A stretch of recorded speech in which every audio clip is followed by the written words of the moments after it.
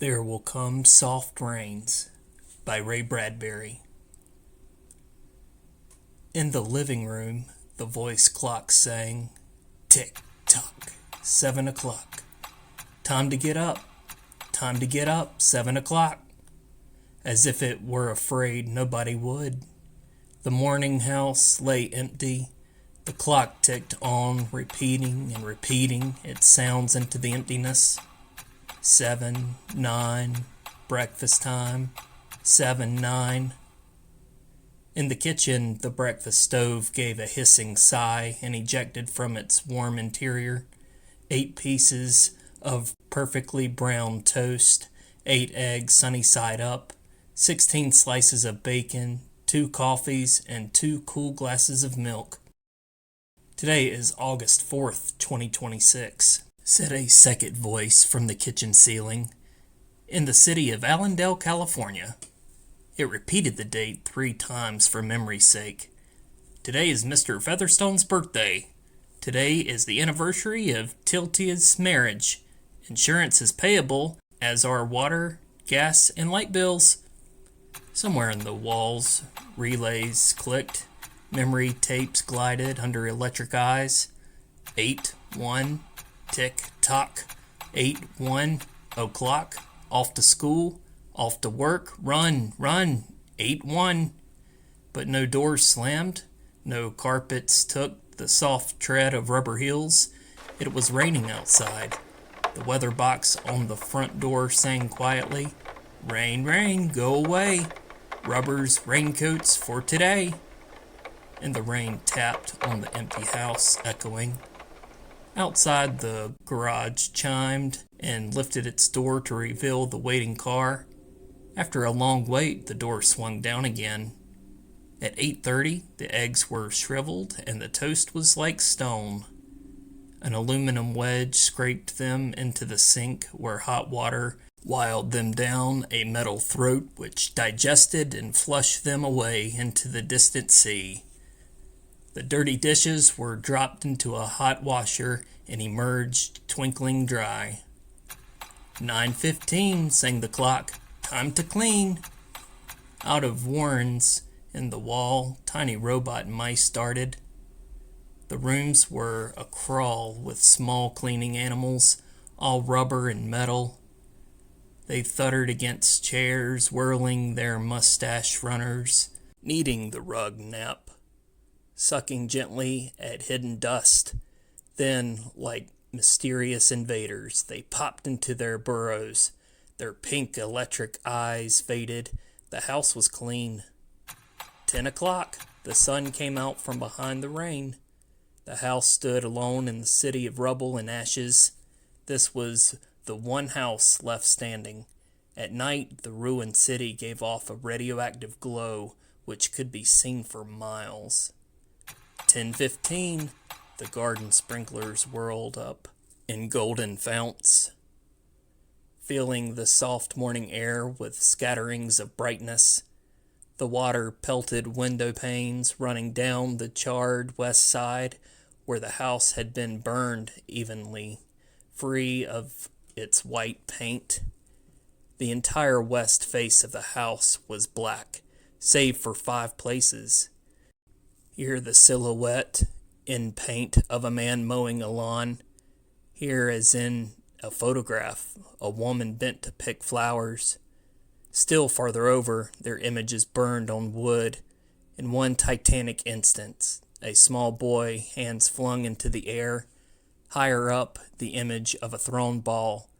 And opposite him, a girl, hand raised to catch the ball, which never came down. The 5 spots of paint, the man, the woman, the children, the ball, remained. The rest was a thin charcoal layer. The gentle sprinkler, rain, filled the garden with falling light until this day. How well the house had kept its peace. How carefully it had inquired, "Who goes there? What's the password?" And getting no answer from the lonely foxes and whining cats, It had shut up its windows and drawn shades in an old, maidenly preoccupation with self-protection, which bordered on a mechanical paranoia. It quivered at each sound. The house did. If a sparrow brushed a window, the shade snapped up. The bird, startled, flew off. No, not even a bird must touch the house. 12 noon. A dog whined, shivering on the front porch. The front door recognized the dog's voice and opened. The dog, once huge and fleshly, but now gone to bone and covered with sores, moved in through the house, tracking mud. Behind it wired angry mice, angry at having to pick up mud, angry at inconvenience. For not a leaf fragment blew under the door, but what the wall panels flipped open and the copper scrape rats flashed swiftly out. The offending dust, hair or paper, seized in miniature steel jaws, was raced back to the burrows. There, down tubes which fed into the cellar, it was dropped into the sighing vent of an incinerator, which sat like evil Baal in the dark corner. The dog ran upstairs, hysterically yelping to each door, at last realizing, as the house realized, that only silence was here. It sniffed the air and scratched the kitchen door. Behind the door, the stove was making pancakes which filled the house with a rich bake odor and the scent of maple syrup. The dog frothed at the mouth, lying at the door, sniffing, its eyes turned to fire. It ran wildly in circles, biting at its tail, spun in a frenzy, and died. It lay in the parlor for an hour. 2 o'clock, sang a voice. Delicately, sensing decay at last, the rigments of mice hummed out as softly as blown gray leaves in an electrical wind. 2:15. The dog was gone. In the cellar, the incinerator glowed suddenly, and a whirl of sparks leaped up the chimney. 2:35. Bridge tables sprouted from patio walls. Playing cards fluttered onto pads in a shower of pipes. Glasses manifested on an oaken bench with egg salad sandwiches.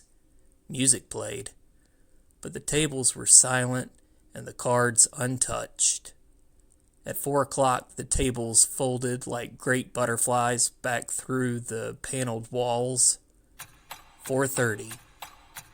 The nursery walls glowed. Animals took shape: yellow giraffes, blue lions, pink antelopes, lilac panthers, cavorting in crystal substance. The walls were glass. They looked out upon color and fantasy. Hidden films clocked through the well-oiled sprockets, and the walls lived. The nursery floor was woven to resemble a crisp cereal meadow. Over this ran aluminum roaches and iron crickets, and in the hot, still air, butterflies of delicate red tissue waved among the sharp aroma of animal spores. There was the sound like a great matted yellow hive of bees within a dark bellows, the lazy bumble of a purring lion, and there was a patter of octopi feet in the murmur of a fresh jungle rain, like other hooves falling upon the summer-starched grass. Now the walls dissolved into the distance of parched weed, mile on mile, and warm endless sky. The animals drew away into the thorn breaks and water holes. It was the children's hour. 5 o'clock, the bath filled with clear hot water. 6, 7, 8 o'clock. The dinner dishes manipulated like magic tricks, and in the study a click. In the metal stand opposite the hearth, a fire now blazed up warmly. 9 o'clock. The beds warmed their hidden circuits, for nights were cool here. 9-5, a voice spoke from the study ceiling. Mrs. McClellan, which poem would you like this evening? The house was silent.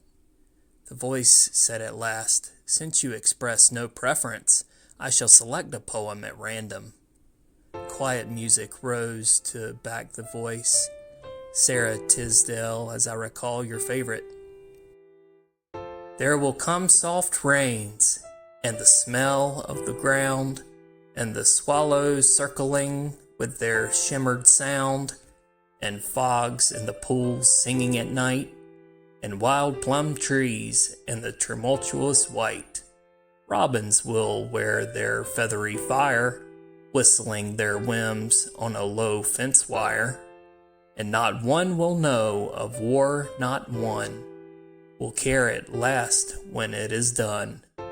Not one would mind, neither bird nor tree, if mankind perished utterly.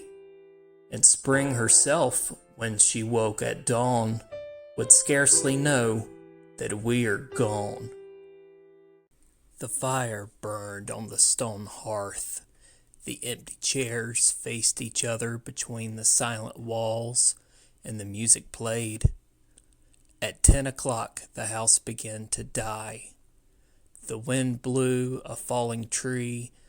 Beau crashed through the kitchen window. Cleaning solvent bottled shattered over the stove. The room was ablaze in an instant. Fire! Screamed a voice. The house lights flashed. Water pumps shot water from the ceiling, but the solvent spread on the linoleum, licking, eating under the kitchen door, while the voices took it up in the chorus. Fire! Fire! Fire! The house tried to save itself. Doors sprang tightly shut, but the windows were broken by the heat, and the wind blew and sucked upon the fire. The house gave ground as the fire in 10 billion angry sparks moved with flaming ease from room to room and then up the stairs, while scurrying water rats squeaked from the walls, pistoled their water, and ran for more. And the wall sprays let down showers of mechanical rain, but too late. Somewhere, sighing, a pump shrugged to a stop. The quenching rain ceased. The reserve water supply, which filled the baths and washed the dishes for many quiet days, was gone. The fire crackled up the stairs. It fed upon Picassos and Matsys in the upper halls, like delicacies, baking off the oily flesh, tenderly crisping the canvases into black shavings. Now the fire lay in beds, stood in the windows, changed the colors of the drapes, and then reinforcements. From the attic trapdoors, blind robot faces peered down with faucet mouths gushing green chemical. The fire backed off, as even an elephant must at the sight of a dead snake. Now there were 20 snakes, wisping over the floor, killing the fire with a clear cold venom of green froth. But the fire was clever. It had sent flames outside the house, up through the attic to the pumps there. An explosion. The attic brain which directed the pumps was shattered into bronze shrapnel on the beams. The fire rushed back into every closet and felt of the clothes that hung there.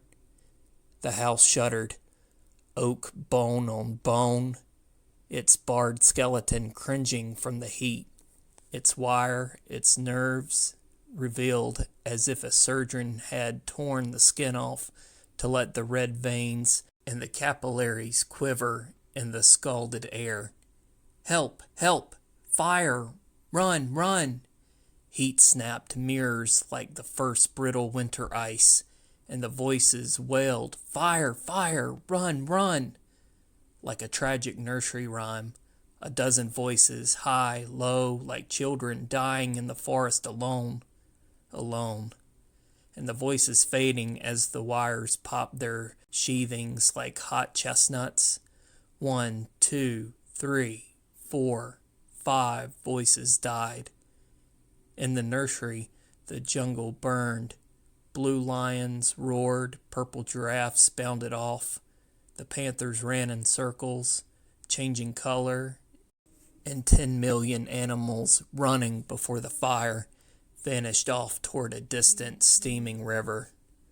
10 more voices died in the last instant under the fire avalanche. Other choruses, oblivious, could be heard announcing the time, playing music, cutting the lawn by remote control mower, or setting an umbrella frantically out and in the slamming and opening front door. 1,000 things happen, like a clock shop when each clock strikes the hour, insanely before or after the other. A scene of manic confusion, yet unity. Singing, screaming, a few last cleaning mice started bravely out to carry the hoarded ashes away, and one voice, with sublime disregard for the situation, read poetry aloud, all in the fiery study, until all the film spools burned, until all the wires withered and the circuits cracked.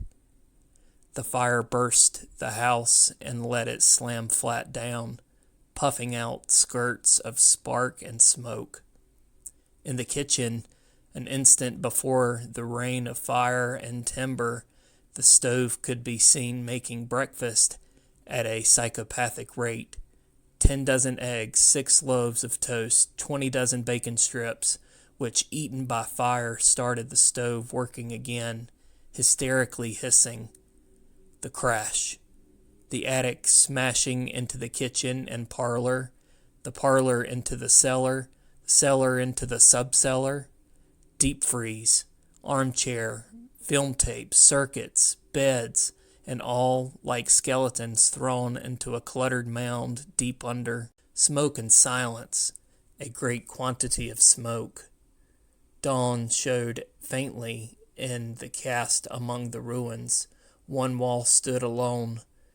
Within a wall, a last voice said over and over again and again, even as the sun rose to shine upon the heaped rubble and steam. Today is August 5th, 2026. Today is August 5th, 2026. Today is... This has been a reading of There Will Come Soft Rains by Ray Bradbury, read by Derek Sammons with Mavendorf Media. Please like and comment and check that bell for future videos. Thank you.